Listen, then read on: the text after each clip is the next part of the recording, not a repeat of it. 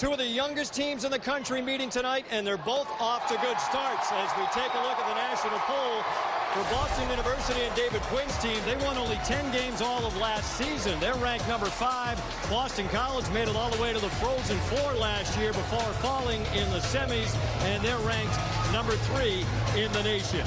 As I welcome in my partner, Ken Hodge. Kenny, what more could we want? BUBC, a couple of top 5 teams, and 2 great freshmen, too. On the Boston College side of things, they talk a lot about Noah Hannafin. He could be the first defenseman taken in the draft next year. Good evening, everyone, and welcome. I'm Dave Goucher. Great to have you with us. The front end of a home-and-home matchup between these two teams tonight. We take a look at the Hockey East standings for Boston University, trying to climb the standings. The Terriers also trying to win on the road for the first time this season. UNH tied for 4th in Hockey East, but all the teams around them have 2 games in hand.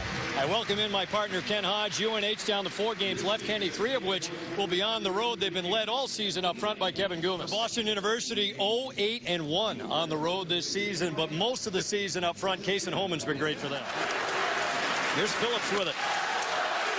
Now Sherry sends it. Jacobellis is robbed by O'Connor. Oh, what a save! Jacobellis can't believe it.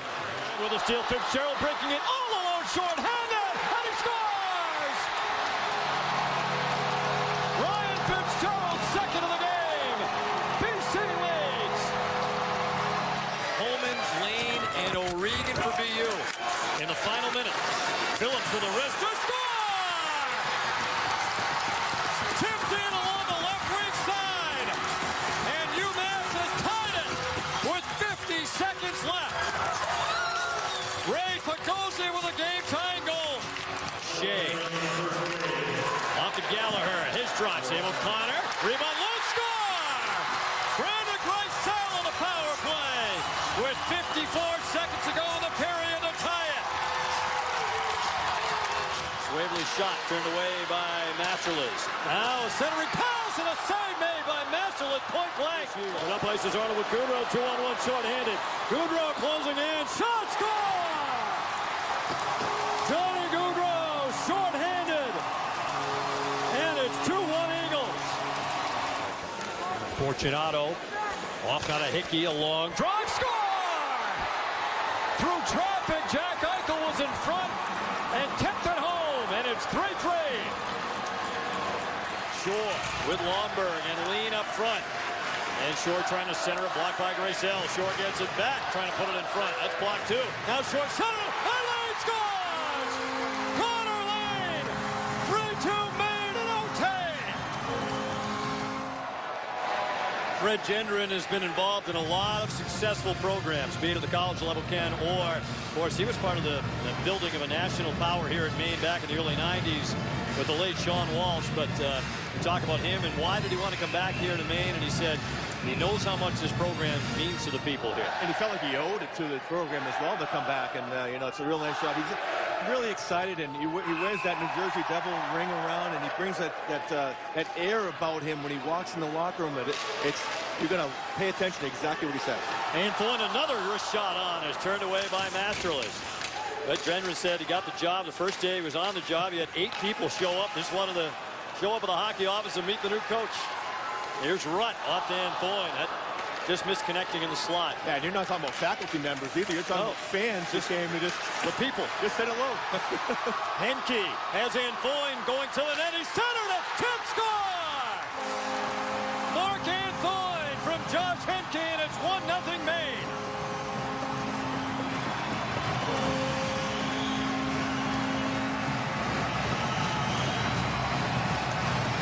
Loose puck in the neutral zone. All you do is you chip it off the boards into an area where you can get it. Henke does a nice job of getting away from his check, and Anfoyne beats his man back to the front of the net as well. Good job of speed from the neutral zone by the Black Bears. A nice one-time pass, nice one-time redirection as well. Masterless has no chance to get this one up over the blocker, and that's the speed of Maine. That great evidence right there. Getting loose pucks in that neutral zone, chipping it to an area, and taking it hard to the net as well. That's the second of the season for Mark Anfoyne. He's had 3 great chances in the opening 7 minutes, and he cashed in on that one at 6:48. Set up by Henke.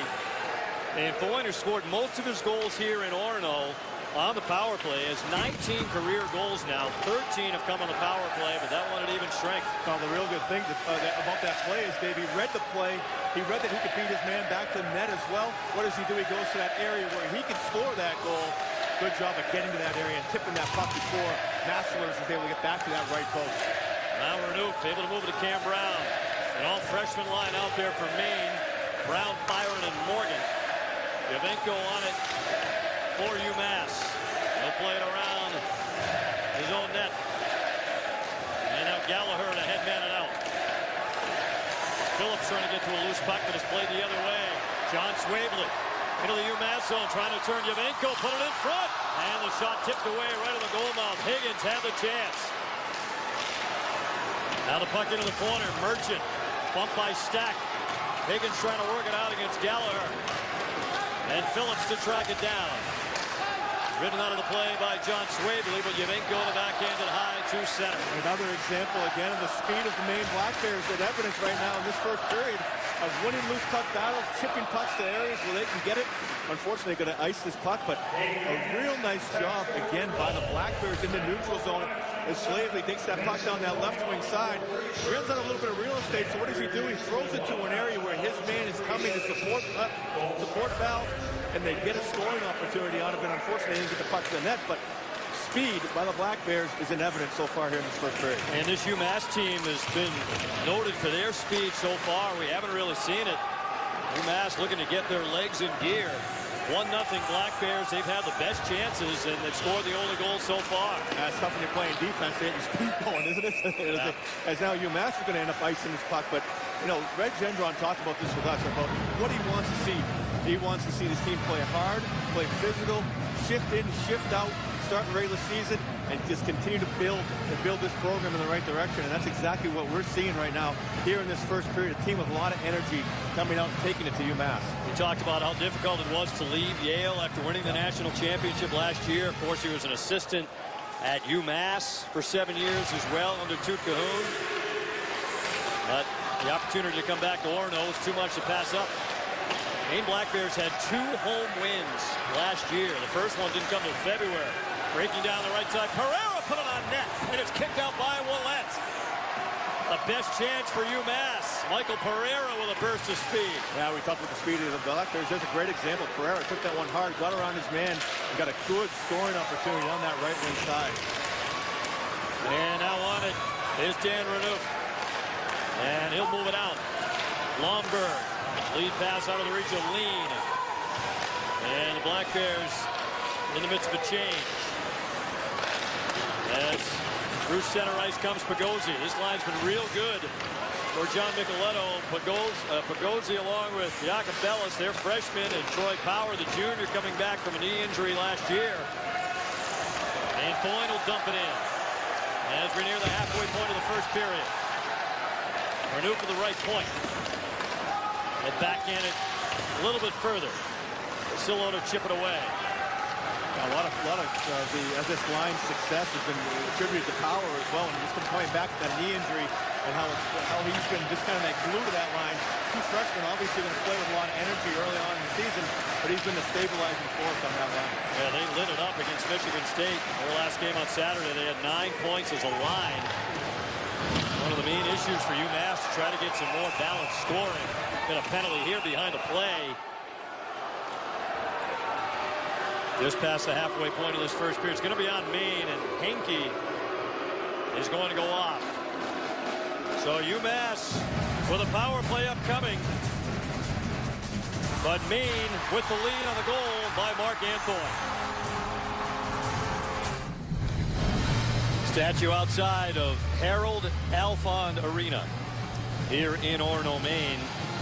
The Maine Black Bears with a 1-0 lead on UMass. This building over the years had been a house of horrors for teams to come up and play in Orono, but lately it hasn't been the case. None more evident than last year.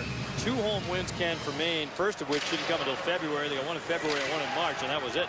Well, you know, I remember coming back here in '84, '85 when they first came into Hockey East, and still that was a tough building, and they weren't really a good team that year, but they had fans right on top of you. A turnover here as UMass comes back on the power play. Sheary with it, trying to drop it to Pereira. That didn't connect, and Higgins will clear. Now going back to that, Dave, you know, the 2 wins last year is really just not acceptable for Maine hockey, and that's exactly what Red Gendron talked about that as well. They want to have this become a house of horrors again for visiting teams, and that's where he wants to get this program back to that place. UMass on the power play for the second time. The Minutemen are tied for the second best power play in the league with Northeastern, but Lomberg on the move for Maine. Driving wide on the defense. He put it on goal, and it was turned away by Masterliz, and he stopped the rebound from Shore after Lomberg on the step-on handling. A nice job by Lomberg, bringing that puck to the net, creating that second opportunity by just getting the puck on the goaltender. And Shore did a nice job as well, following up the play and getting that second chance. Unfortunately, kind of ran out a little bit of real estate and just going to shovel it back into Masterliz. Here's Phillips. He said he switched to forward last year, but he plays the point on the power play. Power to run it in a little bit deeper. Taken away by Rutt, but not cleared. Jacobellis. Pass to Phillips. Tipped out of the zone. Good work by Steven Schwabele to deflect it out. They're going to try to set up Phillips for that one-timer. He can absolutely bomb the puck. I saw him a couple years ago. Saw him last year as well. He can absolutely shoot the puck.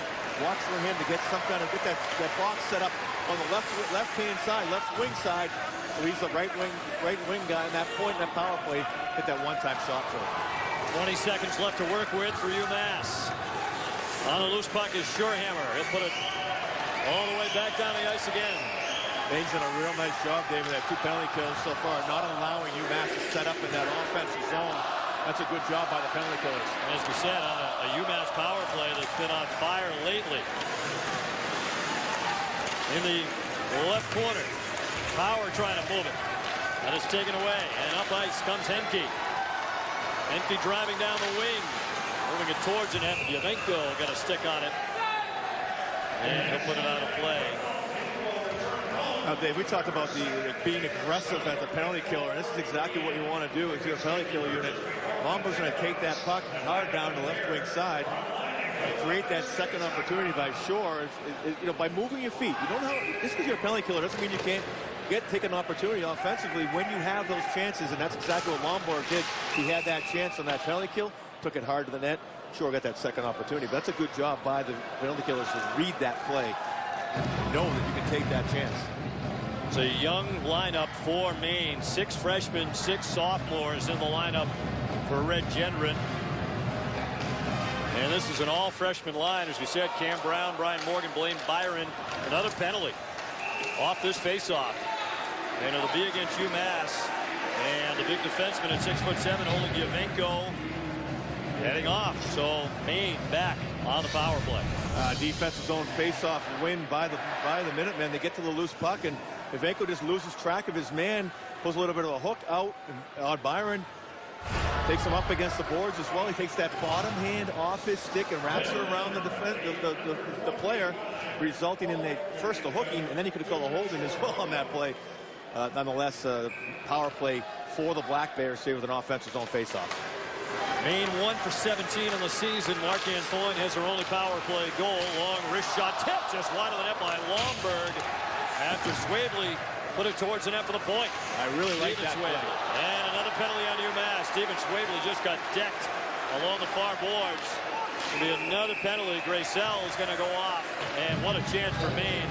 A 5-on-3 for a minute 42. Well, here's a question for you, Dave. That looked like it possibly could have been a hit from behind on Gracel here as he hit the player right in front of the Maine bench with his back to him. And Schwabele went awkwardly into those boards. Fortunately for Schwabele, he was far enough away. That could have been a major. Looks like they're only going to call a 2-minute boarding call on that one, so Gracel will stay in the game. But a really big opportunity. 1:42 of a 5-on-3 with an offensive zone face-off for the Black Bears.